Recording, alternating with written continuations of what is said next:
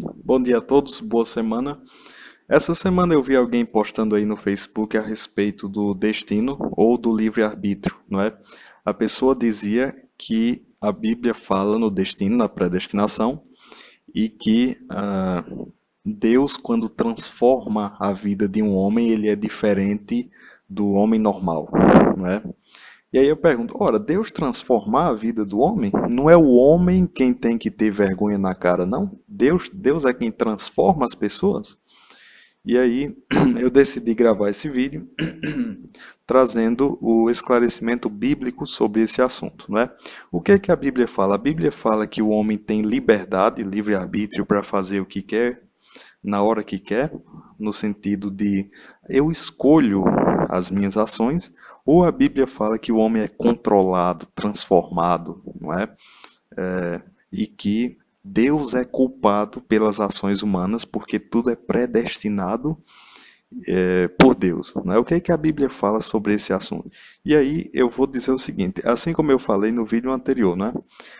Existem coisas que são tão óbvias que eu fico pensando, meu Deus, será que eu preciso mesmo dizer isso? De tão óbvias que são.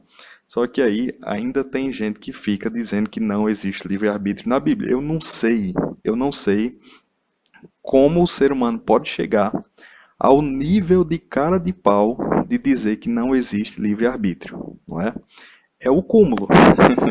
É o cúmulo. Mas vamos explicar então. Vamos mostrar dentro da Bíblia, desculpa aí a rouquidão, o livre-arbítrio. Lá em Gênesis, logo no comecinho, no capítulo 4, versículos 5 ao 7, nós temos a história de Caim e Abel. Caim ofereceu sacrifício, Abel ofereceu sacrifício, só que Deus gostou do sacrifício de Abel e não do sacrifício de Caim. Aí Caim ficou bravinho, não é? Ficou revoltado, e o que Deus disse? Ora, se existisse predestinação, se existisse destino, Deus teria dito, querido, quem escolhe aqui sou eu sou quem mando nesse negócio. Você esqueceu disso? Só que foi isso que Deus disse ou não? Vamos ler. Gênesis 4, 5 ao 7. Mas para Caim, para sua oferta, não atentou. E irou-se Caim fortemente e descaiu-lhe o semblante. E o Senhor disse a Caim, por que você está irado? Por que tiraste? E por que descaiu o teu semblante? Se bem fizeres, se você fizer o bem, meu filho, não é certo que você será aceito? E se você não fizer o bem, o pecado jaz à porta. E sobre ti será o teu desejo, mas sobre ele deves dominar. Meu Deus, como é possível que você tenha cara de pau de dizer que não existe livre-arbítrio na Bíblia? Não é? Deus disse a Caim, por que você está com raiva? Você é quem escolhe. Se você fizer o bem, tudo vai dar certo para você. Mas se você fizer o mal, o pecado está aí. Agora, você pode dominar sobre o pecado. Quer uma coisa mais clara que isso? Né? Não tem como não dizer que o livre-arbítrio é claro na Bíblia. Deuteronômio capítulo 30, versículo 15 a 18. Vê, hoje ponho diante de ti a vida e a felicidade, a morte e a infelicidade. Né? Dando um pulinho aí. Mas se teu coração se desvia, se não o escutas e se deixa arrastar e prosternar-se diante de outros deuses e servi-los, eu hoje vos declaro, desaparecereis totalmente. Ou seja, se, né? Se é condicional. Se você for por esse caminho, não vai dar certo. É uma escolha. Meu filho, como é que pode ter escolha se não existe livre-arbítrio, né? Não faz o menor sentido. Deuteronômio 10 e 12. E agora, Israel, o Senhor teu Deus espera de ti. O que o Senhor teu Deus espera de ti? Ele espera apenas que temas o Senhor teu Deus com todo o teu coração, com todo o teu ser. Que sentido faz Deus dizer que espera que você faça isso se você não tem livre-arbítrio, se você é controlado? Não faz o menor sentido, né? E assim toda a Bíblia fala disso aí. Lamentações capítulo 3, versículo 39 ao 40. De que se queixa, pois, o homem vivente? Queixe-se cada um de seus pecados. Esquadrinhemos os nossos caminhos, examinemos-los. Voltemos ao Senhor. Ou seja, não fique se queixando de destino, de não sei o quê. Meu filho, foi a sua escolha, foi o seu pecado, não é? E assim por diante. Ezequiel 33, do 10 ao 13. Tu, pois, filho do homem, dize à casa de Israel: assim falais vós, dizendo: visto que as nossas transgressões e os nossos pecados estão sobre nós, ou seja, olha, esses pecados são maiores do que nós, a gente desfalece neles, como é que nós vamos viver? Dize-lhes: vivo eu, diz o Senhor Deus, que não tenho prazer na morte do ímpio. Não sou eu que estou fazendo isso, não, meu filho. Convertei-vos, convertei-vos dos vossos maus caminhos, pois por que razão morrereis, ó casa de Israel? O que é que está dizendo? Meu filho, escolha fazer o bem. Ou seja, o livre-arbítrio é a coisa mais clara da Bíblia. O centro da Bíblia é o livre-arbítrio.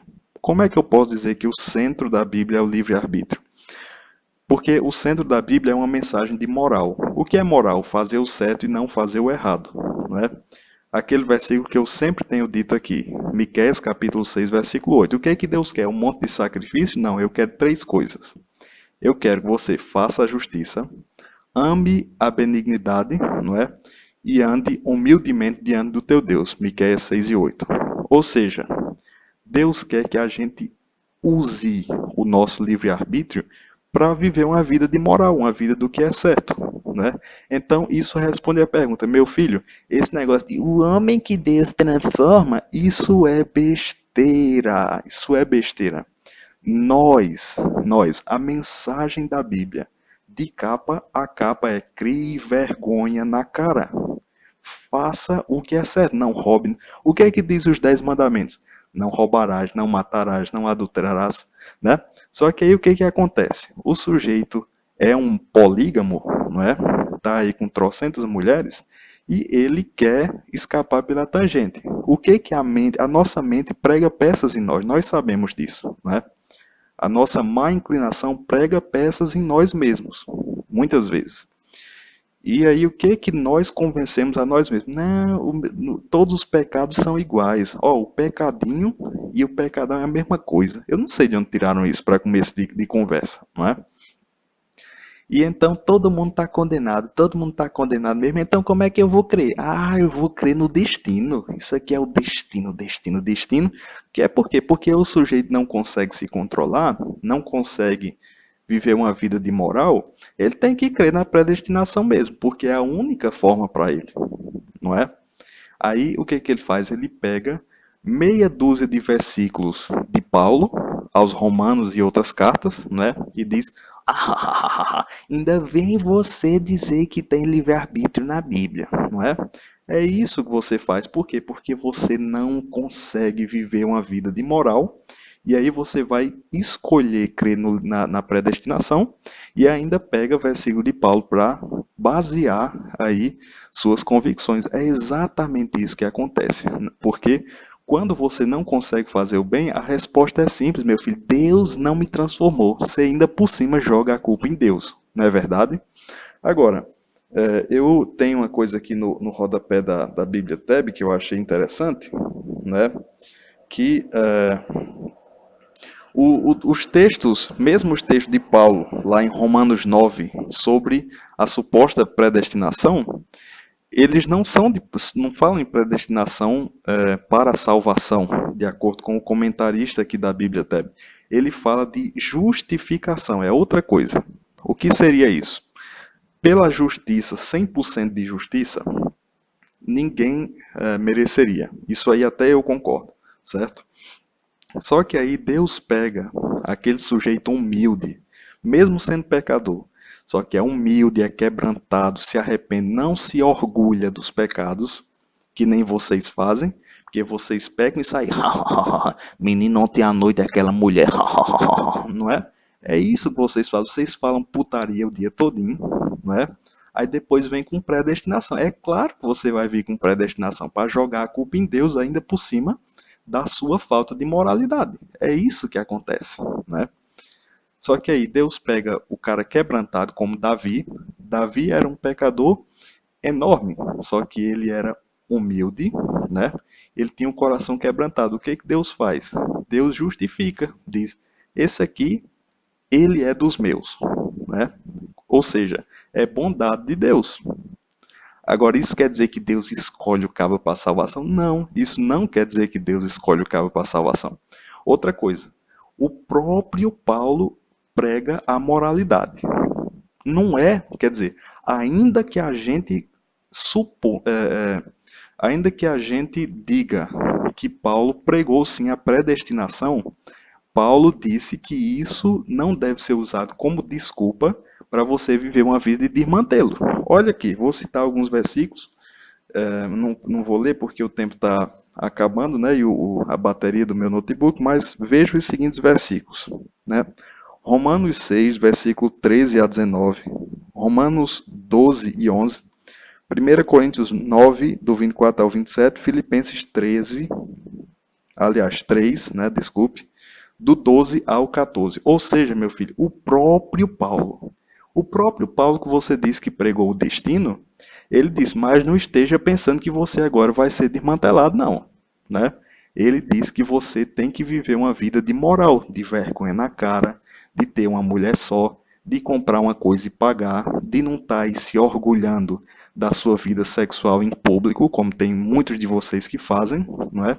E assim por diante. Então, não tem para onde correr. A mensagem central deste livro aqui, a mensagem central da Bíblia é uma mensagem de moral, de você fazer o que é certo. É isso aí. Não venha com esse negócio de dizer quando Deus transforma o homem. Comece hoje a fazer o bem. Ou então você pode rasgar aí sua Bíblia inteira, porque a Bíblia fala de capa a capa, né, que você tem a liberdade, você vai escolher entre o bem e o mal.